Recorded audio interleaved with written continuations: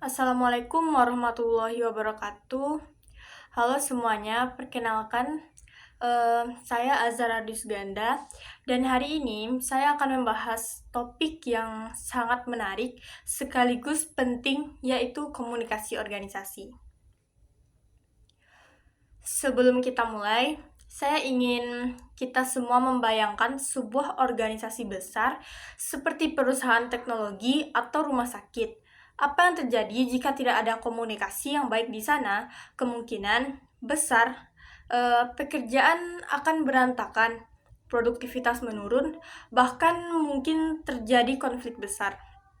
Sebaliknya, dengan komunikasi yang efektif, sebuah organisasi dapat berjalan dengan harmonis, produktif, dan dapat mencapai tujuannya.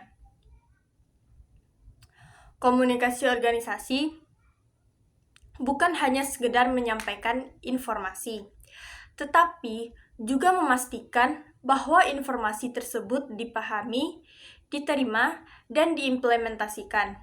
Jadi, mari kita bahas lebih dalam tentang apa itu komunikasi organisasi, jenis-jenisnya, manfaatnya, hingga cara mengatasinya ketika menghadapi hambatan. Baik, kita masuk ke poin yang pertama, yaitu tentang definisi dan pentingnya komunikasi organisasi. Komunikasi organisasi adalah proses pertukaran informasi, ide, dan pesan yang terjadi di dalam organisasi untuk mencapai tujuan tertentu. Apa yang membuat komunikasi organisasi itu penting bagi kita? Yang pertama yaitu komunikasi adalah alat koordinasi. Bayangkan sebuah tim olahraga tanpa komunikasi, strategi permainan akan kacau. Yang kedua, komunikasi adalah penghubung antara individu dan tujuan bersama. Semua anggota organisasi, dari staf hingga pimpinan, perlu memahami apa yang harus mereka capai. Ketiga, komunikasi adalah katalis inovasi, yaitu melalui diskusi, ide-ide baru bisa muncul dan berkembang. Baik, kita masuk ke poin yang kedua, yaitu tentang jenis-jenis komunikasi dalam organisasi. Komunikasi dalam organisasi dapat dibagi berdasarkan arah atau tujuannya. Seperti yang pertama, yaitu komunikasi vertikal. Komunikasi vertikal terjadi antara atasan dan bawahan. Contoh dari atas ke bawah, manajer memberikan instruksi kepada staf. Contoh dari bawah ke atas, karyawan memberikan masukan atau laporan kepada atasan. Yang kedua yaitu komunikasi horizontal.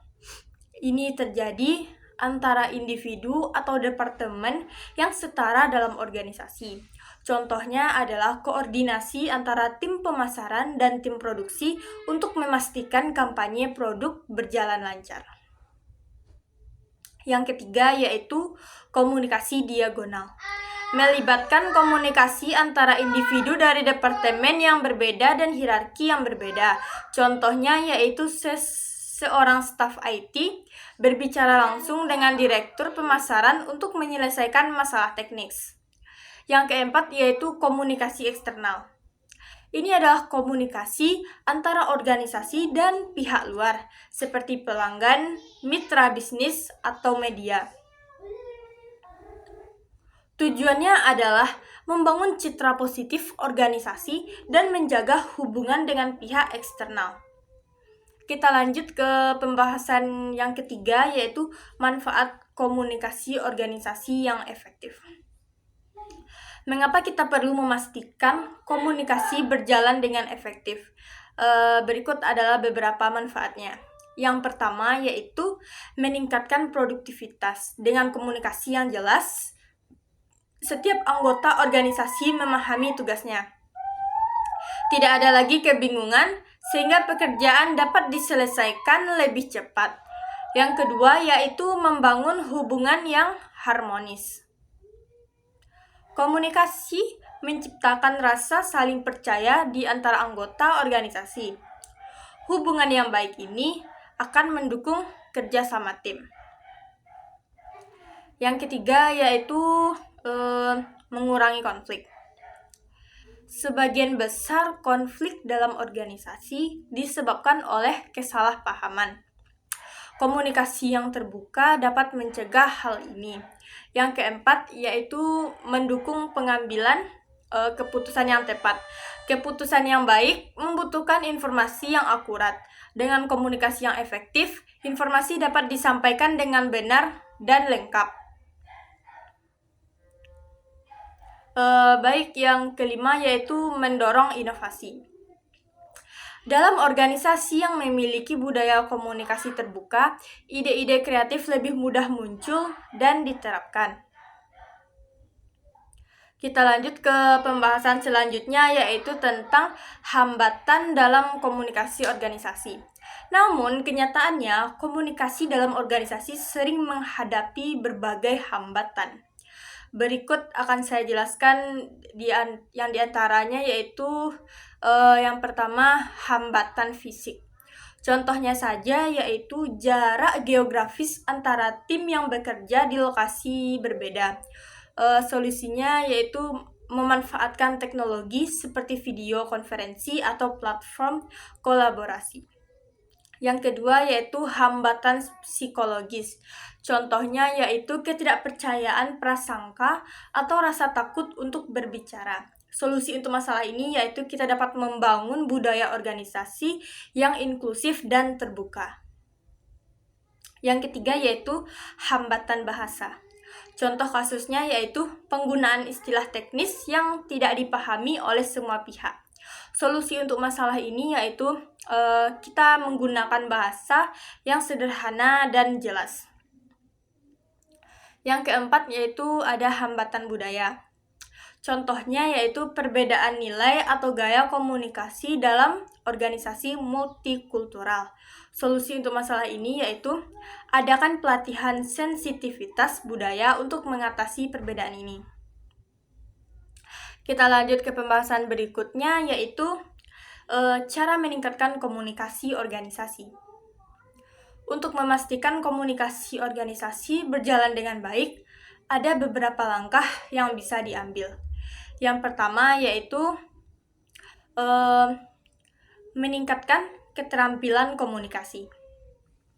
Adakan pelatihan komunikasi bagi seluruh anggota organisasi. Fokus pada keterampilan berbicara, mendengarkan, dan menulis. Yang kedua yaitu memanfaatkan teknologi komunikasi. Gunakan alat-alat seperti Slack, Microsoft Teams, atau Zoom untuk memfasilitasi komunikasi. Yang ketiga yaitu membangun budaya keterbukaan. Dorong setiap anggota organisasi untuk menyampaikan pendapat, masukan, atau keluhan tanpa takut untuk dihakimi. Yang keempat yaitu meningkatkan transparansi. Sampaikan informasi secara jelas dan terbuka kepada seluruh anggota organisasi. Yang kelima yaitu mengadakan forum diskusi rutin. Jadwalkan pertemuan rutin untuk memastikan semua anggota organisasi berada di jalur yang sama. Selanjutnya yaitu studi kasus dan contoh. Untuk memberikan gambaran lebih jelas, kita bisa melihat contoh nyata, yaitu sebuah perusahaan teknologi besar sedang mengembangkan aplikasi baru. Tim pengembangan, desain, dan pemasaran tidak berkomunikasi dengan baik. Akibatnya, fitur aplikasi tidak sesuai dengan kebutuhan pasar dan produk gagal diluncurkan. Sebaliknya, perusahaan lain yang memiliki budaya komunikasi terbuka melibatkan seluruh tim dalam perencanaan dan pelaksanaan proyek. Hasilnya, produk mereka menjadi salah satu yang paling sukses di pasar. Baiklah, komunikasi organisasi ini adalah fondasi dari kesuksesan. Dengan komunikasi yang efektif, organisasi tidak hanya dapat mencapai tujuannya, tetapi juga menciptakan lingkungan kerja yang harmonis dan produktif. Mari kita mulai dari diri kita sendiri. Jadilah komunikator yang baik, yang tidak hanya mampu berbicara, tetapi juga mendengarkan dan memahami. Dengan begitu, kita bisa menjadi bagian dari organisasi yang sukses dan inspiratif. Terima kasih atas perhatiannya semua, dan sampai jumpa di kesempatan berikutnya. Assalamualaikum warahmatullahi wabarakatuh.